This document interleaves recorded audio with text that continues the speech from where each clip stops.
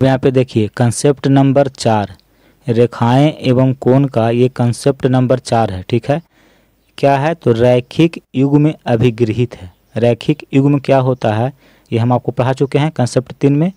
और यहाँ पे देखिए रैखिक युग्म अभिगृहित कहता है इसमें कि यदि कोई किरण किसी रेखा पर आधारित हो तो इस प्रकार बने दो आसन कोणों का योग 180 डिग्री होता है।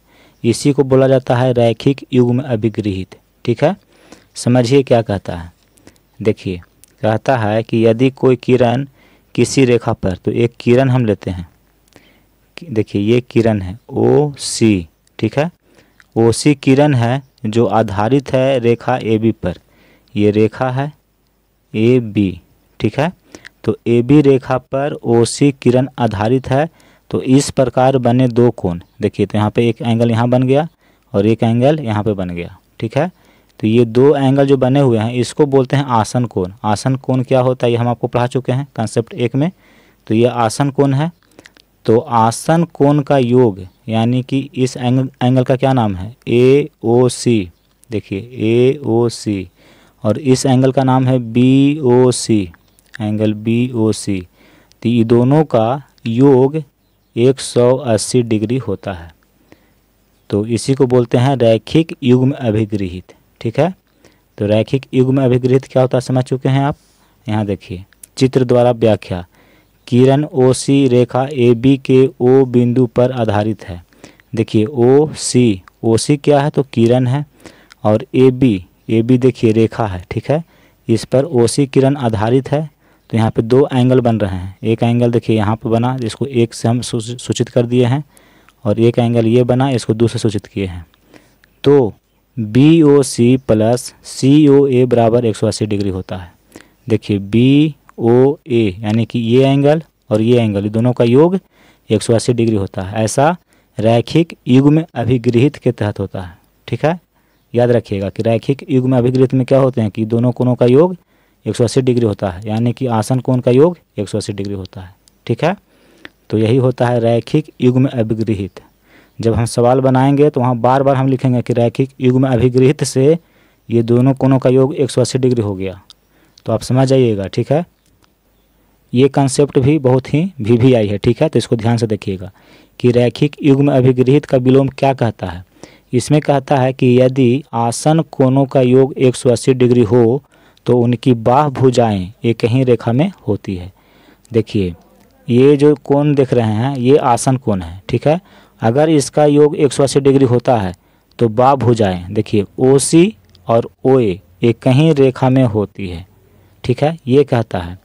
यहाँ देखिए AOB और BOC दो आसन कोण है। AOB यानी कि ये कोण और BOC यानी कि ये कोण, ये दो कोण जो देख रहे हैं ये आसन कोण है। और AOB और BOC का योग 180 डिग्री है, यानी कि ये जो आसन कोण है इसका योग 180 डिग्री है। तो क्या होंगे OA OC एक रेखीय होगी। देखिए OA और OC एक रेखीय होगी, मतलब एक ही रेखा पर स्थित होगी, या AOC एक सरल रेखा होगी। तो इसको भी याद रखिएगा। यानी कि अगर ये लाइन है, ठीक है, और इस पर एक किरण आधारित है, तो यहाँ पे एक एंगल ये बना, एक एंगल ये बना। अगर इसको और इसको दोनों को जोड़ते हैं और 180 डिग्री अगर हो जाता है तो हम कहेंगे कि ये जो रेखा है ये एक बिल्कुल सीधी रेखा है, सरल रेखा है, मतलब ऐसे नहीं है। देखिए ये छठा कॉन्सेप्ट है, ये है प्रकाश का परावर्तन, रिफ्लेक्शन ऑफ लाइट। ये क्या होता है इसको समझिए। देखिए प्रकाश के परावर्तन के दो नियम होते हैं। पहला नियम आपतित किरण, परावर्तित किरण तथा आपतन बिंदु पर डाला गया अभिलंब, ये तीनों एक ही तल में होते हैं। और दूसरा नियम है कि आपतन कोण एवं परावर्तन कोण परस्पर बराबर होते हैं। ये दो नियम होते हैं प्रकाश के परावर्तन के। देखिए यहाँ पे AB जो देख रहे हैं इस तरह से अगर किया हुआ तो समझिए कि ये दर्पण है, ठीक है, समतल दर्पण। और ये जो बिंदु देख रहे हैं ये है आपतन बिंदु। यहाँ से एक किरण इस दर्पण पे पड़ती है तो इस किरण को बोलते हैं आपतित किरण। वैसी किरण जो दर्पण पर जाके पड़ती हो तो उसको बोला जाता है आपतित किरण, ठीक है। और दर्पण पे पड़ने के बाद देखिए ये रिफ्लेक्ट हो जाती है, ये किरण जाती है और यहाँ से फिर वापस मुड़ के वापस आ जाती है। ठीक है, यहाँ पे देखिए एरो का चिन्ह लगाए हैं, यानी कि यहाँ से ये परावर्तित हो रही है। तो इस किरण को, यानी ये जो रेखा आप देख रहे हैं, इसको बोलते हैं परावर्तित किरण। ठीक है, और देखिए ये आपका अभिलंब है। तो इसके बीच में दो कोण बनते हैं, एक यहाँ पे कोण बनते हैं और एक यहाँ पे कोण बनते हैं। तो इसको बोलते हैं आपतन कोण। आपतित किरण और अभिलंब के बीच में जो कोण बनता है इसको बोलते हैं आपतन कोण, और परावर्तित किरण और अभिलंब के बीच में जो कोण बनता है उसको बोलते हैं परावर्तन कोण। ठीक है, तो ये आपतन कोण है, ये परावर्तन कोण है।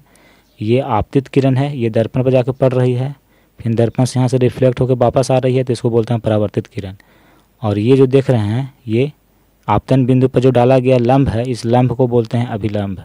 ठीक है, तो प्रकाश के परावर्तन के दो नियम होते हैं, ये आपको याद रखना है कि आपतित किरण, परावर्तित किरण और अभिलंब ये तीनों एक ही तल में स्थित है।